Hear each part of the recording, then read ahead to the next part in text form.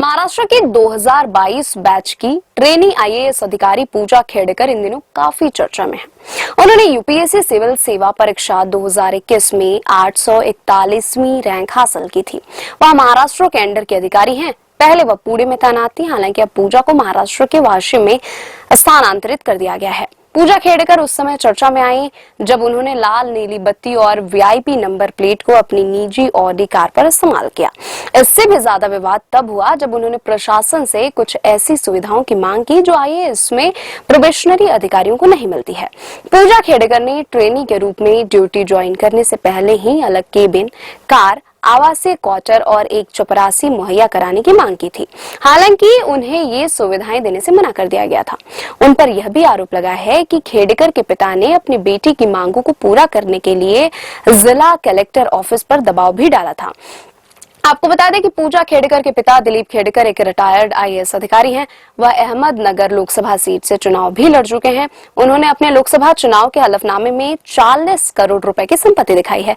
इतना ही नहीं, उन्होंने 49 लाख रुपए की सालाना आय भी दिखाई है। यह जानकारी सभी जगह पर मौजूद है। इसके बावजूद भी पूजा खेड़ेकर ने खुद को दिव्यांगता और नॉन क्रीमी लेयर बताते हुए इस आरक्षण का लाभ उठाकर सरकारी नौकरी हासिल की है। आइए जानते हैं कि क्रीमी लेयर और नॉन क्रीमी लेयर क्या होता है। सरकारी नौकरी और शिक्षण संस्थानों में ओबीसी कैंडिडेट्स के लिए 27% आरक्षण रखा गया है। इसका लाभ उठाने के लिए सरकार ने कुछ नियम बनाए हैं। ओबीसी वर्ग का हर उम्मीदवार इसका फायदा नहीं उठा सकता है। ओबीसी कैंडिडेट्स को क्रीमी और नॉन क्रीमी लेयर में बांटा गया है। सरकार के नियमों के अनुसार सिर्फ नॉन क्रीमी ओबीसी कैंडिडेट को ही आरक्षण मिलता है। क्रीमी लेयर के दायरे में आने वाले कैंडिडेट्स को यह लाभ नहीं मिलता है। अब थोड़ा दोनों को अलग अलग करके समझ लेते हैं। यूपीएससी रिजर्वेशन पॉलिसी में क्रीमी लेयर के अंतर्गत कैसे कैंडिडेट्स आते हैं। अगर किसी परिवार की सालाना इनकम 8 लाख रुपए से ज्यादा है तो उसे क्रीमी लेयर की श्रेणी में रखा गया है। इनकी आय में सैलरी और कृषि से होने वाली कमाई को शामिल नहीं किया गया है। वहीं अगर किसी परिवार की सालाना इनकम 8 लाख रुपए से कम है तो उसे नॉन क्रीमी लेयर की श्रेणी में रखा जाता है। यूपीएससी में क्रीमी लेयर ओबीसी कैंडिडेट को आरक्षण की सुविधा नहीं दी जाती है।